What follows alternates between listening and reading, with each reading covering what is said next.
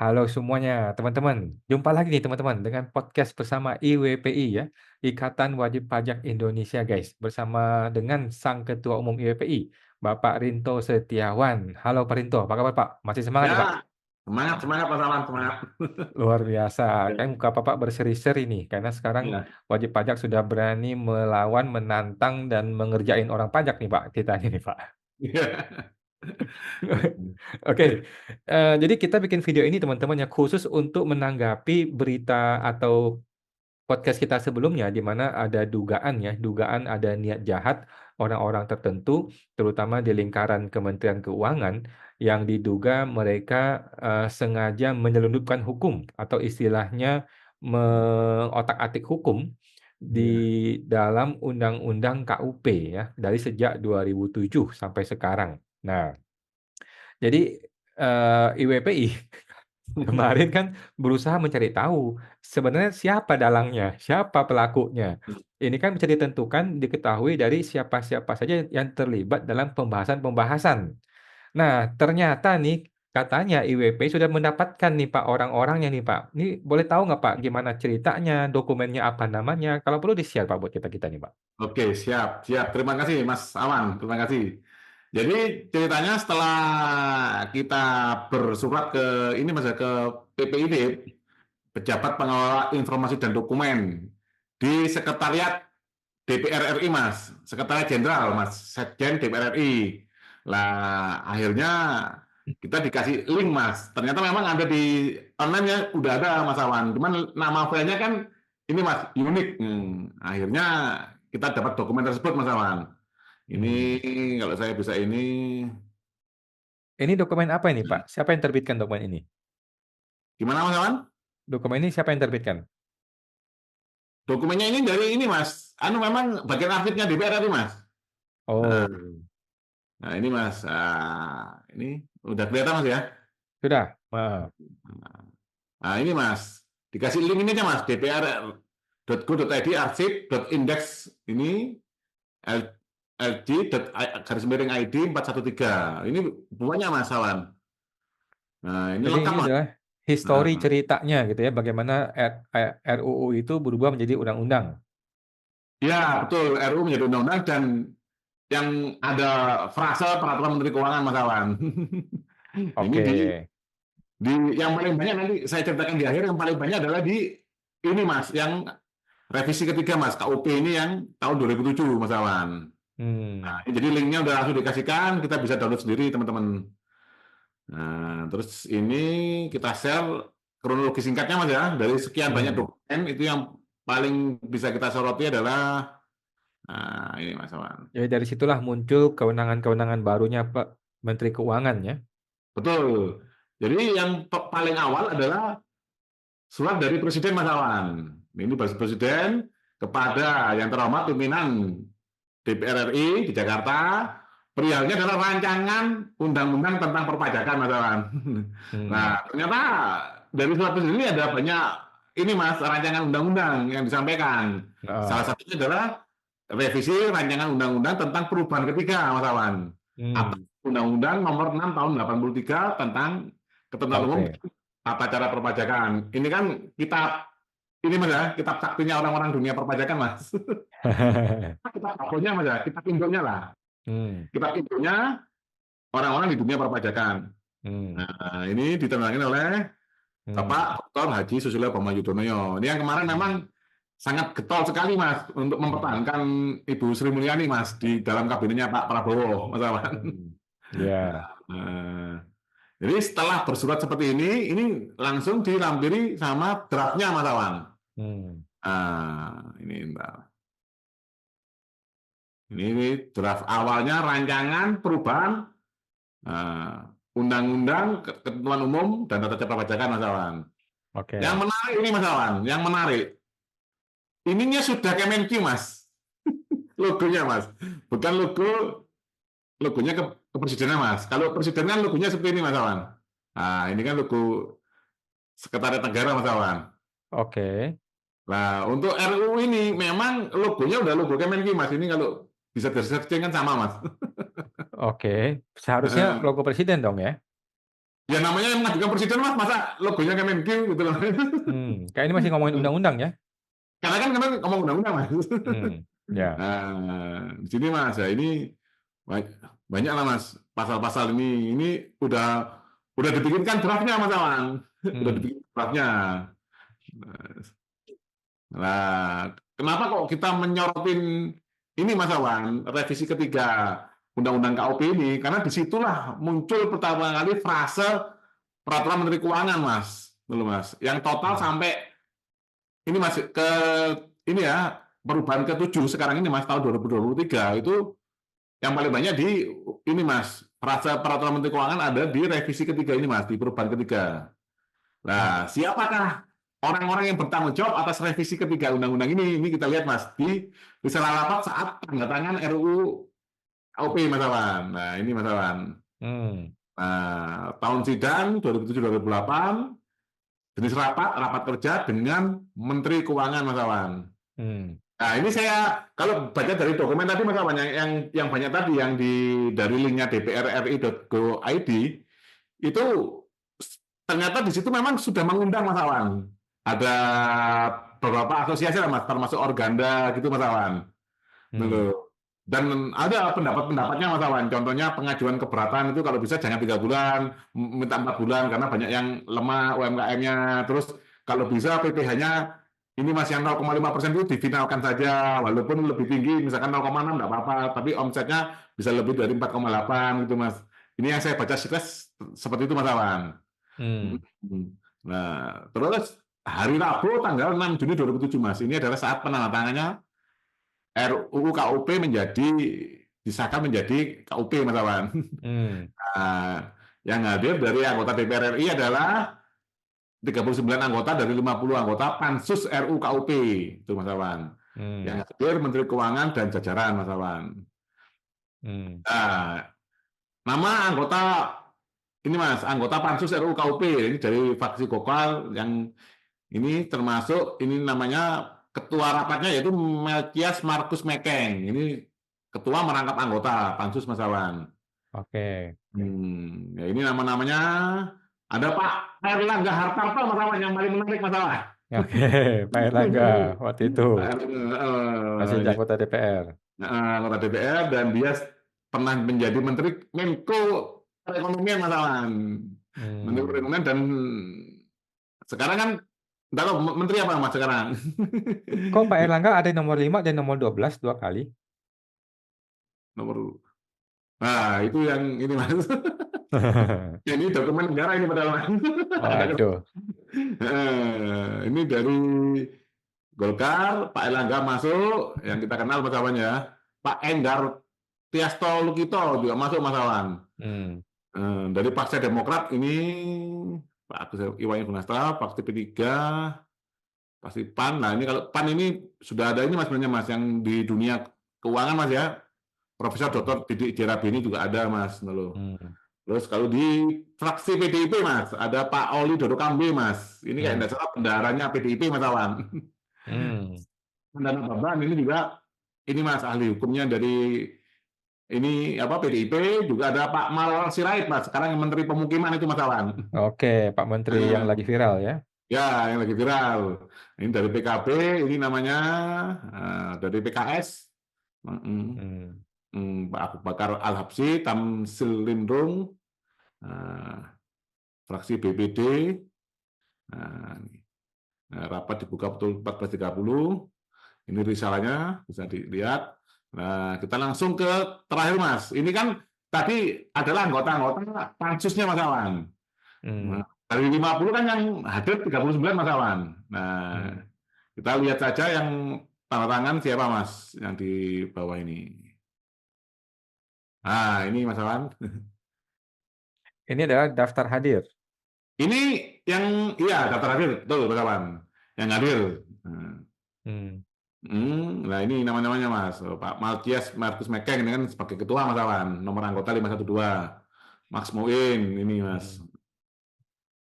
Terus kita lihat Pak Erlangga tanda tangan Mas, hadir Mas Pak Erlangga Mas. Hadir, oke. Jadi Pak Erlangga, Pak ini juga mungkin sekarang jadi menteri, tolong Pak Erlangga tolong dibenahi ini kesalahan paling fatal ini Pak, begitu banyaknya aturan ya Mas Awan. Hmm. Karena terbitnya revisi ketiga Undang-Undang KUP ini Mas Awan. Hmm. Nah, dari PDIP Pak Ali Dodo Kambe juga hadir, Pak Marwala Sirait hadir juga Mas Awan. Hmm. Eh, ini yang dari sisi anggota DPR RI-nya Mas ya, hadir. Hmm. Nah, ini kita lihat yang dari sisi Kementerian Keuangan Mas Awan. Hmm. Ini kan Kementerian Keuangan mewakili dari sisi pemerintah, di Mas Awan. Bu Sri Mulyani Mas Awan. Nomor satu nih Bu Sri Ya, Mulyani, nomor luar satu. biasa. Luar biasa. Karena Hmm. beliau paling berkepentingan untuk undang-undang KUP ini Mas Awan. Hmm. Pak Darmin Nasution Dirjen Pajak Mas Awan waktu itu. Hmm. Eh, Ya. Sekjen Depki juga Mas. Ini juga lucu Mas Awan. Sekjen Depki ini Menq ini Mas. Jadi dia masih bingung Mas antara departemen atau kementerian Mas. Hmm. Hmm. Eh, Nah, yang menarik Mas Awan, ini dari semua ini yang hadir rata-rata dari orang Kemenq dan dari DPP Mas Awan. Hmm. Dari Kumham cuma satu orang dan ahli bahasa ini satu orang Mas Awan. Ini Hmm. hampir semuanya dari DJP Mas Awan. Dari orang-orang yang berkepentingan di situ ya. Iya Mas Awan, tidak ada perwakilan wajib pajak Mas Awan sama sekali. Hmm. Saat pengesahan ini tidak melibatkan rakyat sama sekali, hanya kesepakatannya DPR RI, anggota pansus tadi dengan Kemenq ini Mas Awan, yang diwakili oleh tim dari DJP juga Mas Awan. Tapi Pak, Jadi bukannya DPR itu sudah mewakili rakyat? betul Mas Awan mewakili rakyat, cuman kan begitu banyak pasal Mas Awan, itu kan sangat ini Mas Awan, pastikan tidak akan ini Mas, jeli anggota DPR tadi Mas. Ini arahnya kemana? Dengan Oh. kan nggak paham Mas, dengan ada frase diatur peraturan Menteri Keuangan itu kan nggak dijelaskan Mas. Nanti diaturnya nanti harus persetujuan kami lagi kan tidak ada Mas Awan. Hmm. Oh, Nah maksud ini Bapak pihak warga negara tuh wajib pajak seperti kategori pengusaha, kadin gitu-gitu. di dalam saat rapat dengan pendapat itu sudah diundang Mas Awan. Cuman dalam pengesahan kan tidak diundang Mas Awan. Ini kan saat rapat dengan pendapat diminta masukan. Cuman hasilnya kan nggak tahu Mas Awan. Hmm. Paling tidak kan ada perwakilan masyarakat Mas Awan. Harus transparan Mas Awan. Ini kan terjadi Hmm. sebenarnya antara pemerintah yang dibagi oleh Kemenq dan anggota Hmm. DPR RI Mas. Melalui Hmm. pansus. Hmm. Nah, ya kita dugaan Mas Awan ya. Ini kan cuma 50 orang Mas Awan. Kalau masuk angin bagaimana Mas Awan? Hmm. Contohnya kasus ini Mas. Begitu susahnya kita mencari keadilan di meja hijau Mas di pengadilan. Hmm. Ternyata kan ditemukan uang 1 triliun Mas.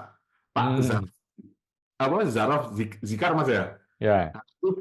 KY berbicara Mas. KY berbicara bahwa ini Mas Awan, itu dugaannya 1.000 kasus Mas untuk biaya pengurusan 1.000 kasus. Berarti kan satu kasus 1 miliar Mas Awan. Luar biasa. Satu kali 1 miliar. Dan yang terlibat 3 ribuan hakim Mas. 300 sampai 3.000 itu Mas Awan. Potensi yang terlibat Mas Awan. Nah, karena permasalahannya gini Mas Awan, KY itu kan sering kita lapori Mas, ada kasus-kasus kita berperkara di pengadilan itu Mas Awan. Kan Hmm. tidak pernah ada respon Mas Awan. Sekarang begitu ada kasus seperti ini, sok-sok kaget itu Mas Awan. Loh, kok kayak gini gitu. Ya itulah negara kita Mas Awan, kondisinya seperti itu Mas Awan. Jadi kalau ada orang lapor, mana buktinya gini. Sekarang begitu meletus, ini Mas sekian banyak ditemukan uang. Nah ini, kok bisa seperti itu? Ini berarti berapa kasus yang dipermainkan gitu Mas Awan. Jadi inilah bukti bahwa no viral no justice ya. Betul Mas Awan. Kalau viral dia mau bantu, mau diangkat, tapi kalau nggak viral ya udahlah, nggak dibahas sama dia. Iya, ini bentar Mas. Ini saya ini lagi Mas. Tinggal Jadi yang ini. KY harusnya malu ya. Dia sebagai pengawas sama sekali tidak tahu gitu, bahkan mesti ditangkap dulu oleh jaksa baru dia bisa ngomong. Iya, betul Mas Awan.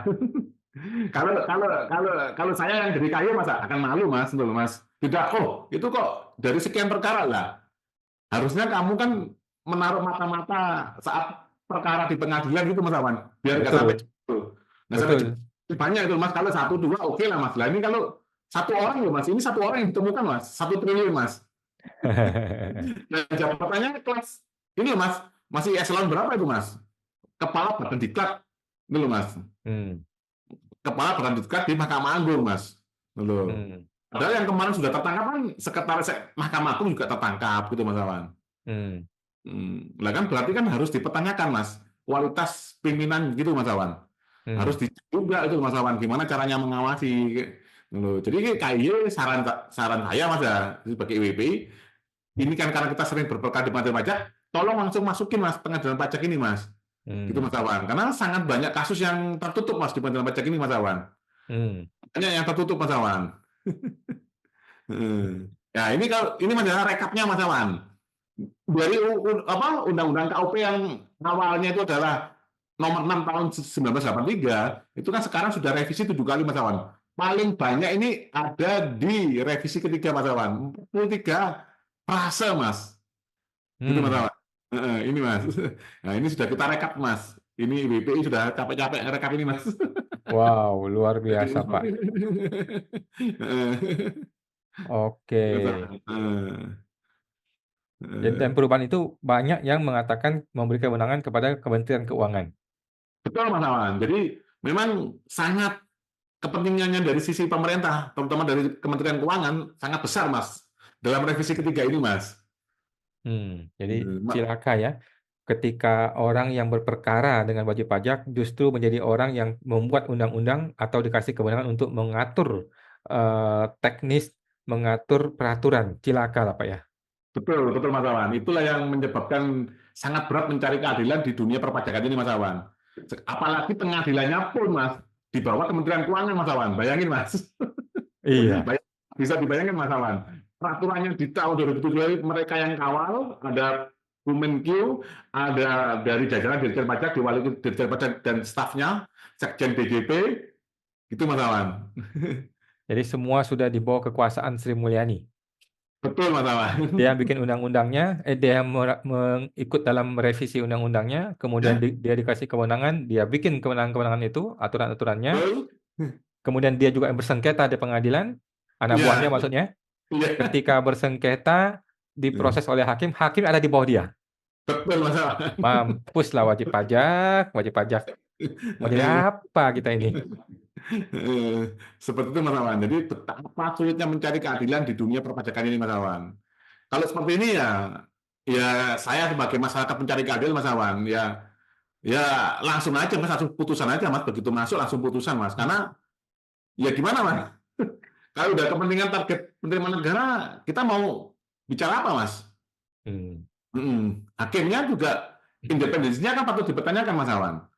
Hmm. Kasus saya sendiri Mas Awan itu bahkan alat bukti kami tidak dimasukkan dalam putusan Mas, tidak Hmm. dipertimbangkan dalam putusan Mas Awan.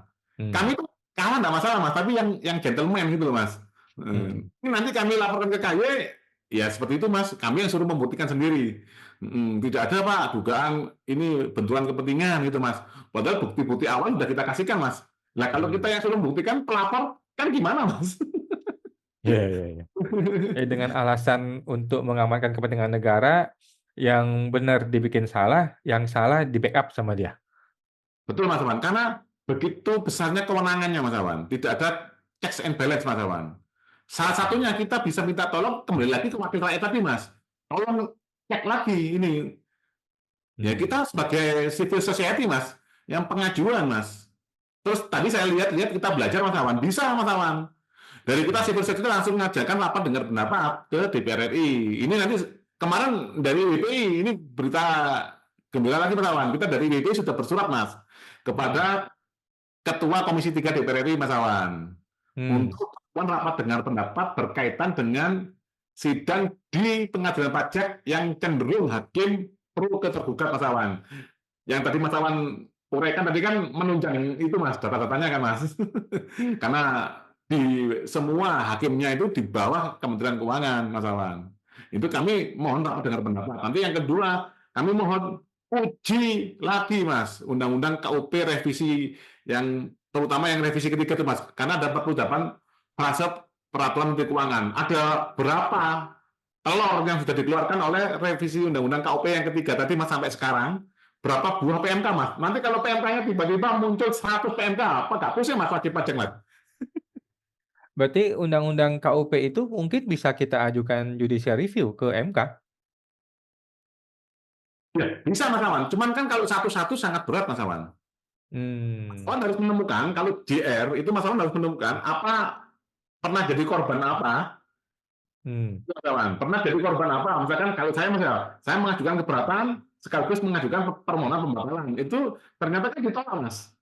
hmm, Padahal kalau di Undang-Undang KUP-nya sendiri itu kan hanya ini, Mas, apa mengatur ininya, Mas, prosedurnya saja, bukan membatasi. Kalau ini di PMK-nya udah langsung membuat tidak boleh, Mas Awan. Jadi otomatis kalau Mas Awan mengajukan keberatan bersama dengan pengajuan pembatalan SKP itu akan ditolak Mas Awan berdasarkan PMK Mas Awan. Padahal norma aslinya di dalam KUP tidak mengatakan seperti itu, hanya diatur di PMK. Malah tapi di PMK ini malah menggugurkan itu Mas Awan. hmm. Kalau saya sih sebutnya ini penyelundupan hukum ya oleh oknum-oknum Kementerian Keuangan, terutama Sri Mulyani. Ini kalau saya bicara sama teman-teman yang di bidang hukum Mas Awan, hanya di Indonesia Mas katanya Mas. Aturan undang-undang ini ada detailnya di peraturan menteri gitu loh Mas Awan. Kalau di negara-negara lain, kalau kita ngomong perpajakan, ya itu langsung undang-undang, kawan. Langsung selevel undang-undang. Karena nanti kalau dilakukan ke menteri, ini mas, apalagi di Indonesia ini belum mengenal pembedaan antara negara dan pemerintah, mas. Kita belum mengenal, mas. Jadi yang namanya negara atau pemerintah, lembaga negara atau lembaga pemerintah, pejabat negara atau pejabat pemerintah, kita kan ini mas rancu, mas Awan. Itu yang menyebabkan potensi kesewenang-wenangannya itu sangat tinggi, mas Awan. Karena di undang-undang ASN itu tadi, mas, ASN harus tunduk pada Undang-Undang Dasar 45, gitu Mas. Pancasila, gitu Mas. Undang-undang, NKRI dan pemerintah yang sah. Ini diartikan atasannya Mas Awan. Atasan itu di level wali kota, tadi atasannya wali kota, kepala dinas, itu anak buahnya gitu Mas. Kalau kita di level Kementerian Keuangan ini, jadi bahkan kepala KPP itu sudah termasuk atasnya Mas. Jadi kalau Mas Awan ini bersengketa dengan AR misalkan, itu AR kadang nggak mau langsung jawab Mas, masih tanya ke kasih waskonnya dulu misalkan, tanya ke kasih waskonnya, tanya ke ini Mas, kepala KPP-nya. Kepala KPP-nya masih bingung, telepon Kanwil Mas. Kanwil bingung, telepon pusat Mas. Itu yang terjadi Mas Awan. Contohnya kita ini Mas, konten kita yang hari ini tadi Mas, yang masalah UD Pramono, itu kan kami minta konfirmasi ke ini Mas, tim kita kan datang ke sana Mas, ke KPP Hmm, Boyolali kawan. Itu hmm. kan mau wawancara dengan KPP Boyolali gitu loh Mas. Ternyata dari KPP Boyolali ini nggak berani sendiri Mas Awan, harus telepon dulu ke Kanwil. Jadi tim tim tim kita ini nunggu sekitar 1 jam 2 jam Mas Awan untuk dari Kanwil itu dari Solo datang ke Boyolali gitu Mas Awan. Baru terlaksana wawancara gitu Mas Awan. Jadi budaya komando militer itu betul-betul dilaksanakan oleh Sri Mulyani ya. Ya, seperti Hmm, itu Mas Awan. Cuma kan oke lah kalau untuk kebaikan rakyat nggak masalah Mas Awan. Kalau ini Mas Awan, bagi rakyat Indonesia Mas yang mulai usaha, kalau melihat aturan yang seperti ini Mas, sudah malas Mas Awan. hmm, Hmm. Karena sangat banyak Mas Awan. Dan PMK sendiri itu Mas, kayak contohnya PMK tata cara pemeriksaan. Itu hmm, sudah revisi ketiga kali Mas sampai sekarang Mas. hmm, Ketiga atau kedua Mas ya revisinya Mas. Kan PMK aslinya kan PMK 17 tahun 2013. hmm, Itu udah revisi kalau nggak kedua ketiga Mas. hmm, Itu satu satu PMK Mas Awan. hmm. Nah kalau PMK-PMK yang lain nih Mas, tentang keberatan, tentang apa, wah itu sangat membingungkan Mas bagi wajib pajak Mas Awan. Hmm. Oke Pak, begitulah ya. Kita seperti itulah negara kita saat ini. Dan kita berharap IWPI terus bantuin warga masyarakat dan kita tunggu hasil dari Komisi 3 DPR ya Pak ya. Ya, nanti Hmm, kami update Mas Awan. Kita Komisi 3, nanti kita akan bersurat lagi ke Komisi 3 untuk ini Mas, tentang ini Mas rapat dengar pendapat mengenai ini Mas dampak dari revisi ketiga Undang-Undang KUP tahun 2007 ini Mas Awan. Nah, hmm, kita uraikan Mas. Coba Komisi 3 ini yang dulu ikut menggolkan, ini coba, oh nggak berapa PMK yang dikeluarkan. dari hasil revisi ketiga tadi Mas Awan sampai Hmm. sekarang. Hmm. Kalau mereka aja jumlahnya aja nggak tahu Mas, apalagi rakyat Mas. Kita ngomong jumlahnya loh Mas, belum ngomong isinya. Oke, ya, ya, ya, ya. Nah, itu mungkin kami berharap Mas Awan, IWPI berharap teman-teman ahli hukum, ayo kita berkumpul. Kita yang sudah selesai Mas ya dengan dirinya sendiri itu Mas, maksudnya ada waktu berbagi. Ayo silakan, kami IWPI siap bekerja sama Mas Awan. Jadi ahli-ahli hukum, tolong cek ini Mas, banyak sekali peraturan yang sengkarut di dunia perpajakan ini Mas Awan. Dan ini sangat melemahkan posisi wajib pajak saat berhadapan dengan fiskus Mas Awan. Jadi kayak yang di Hmm. Boyolali kan sudah langsung menyerah Mas, Pak Pramnya Mas. Hmm. Karena pasti nggak akan bisa Mas, sekian banyak aturan Mas Awan. Hmm. Itu, jadi kami mengundang ini bagi teman-teman yang sudah selesai dengan dirinya sendiri, yang mau berkontribusi terhadap dunia perpajakan di Indonesia, mau membenahi dunia perpajakan ini, ya mari kita sama-sama, gitu Mas Awan. Mari Hmm. kita sama-sama berjuang untuk membenahi tentang aturan perpajakan itu, Mas Awan. Hmm. Ya, Hmm. ya, ya. Hmm. Oke Pak, itu aja. Kita tunggu respon dari Komisi 3 DPR dan selanjutnya kita di Ya, podcast berikutnya. ya, terima kasih Mas Awan. Makasih Pak. Itu. Ya, sama-sama Mas Terima. Awan.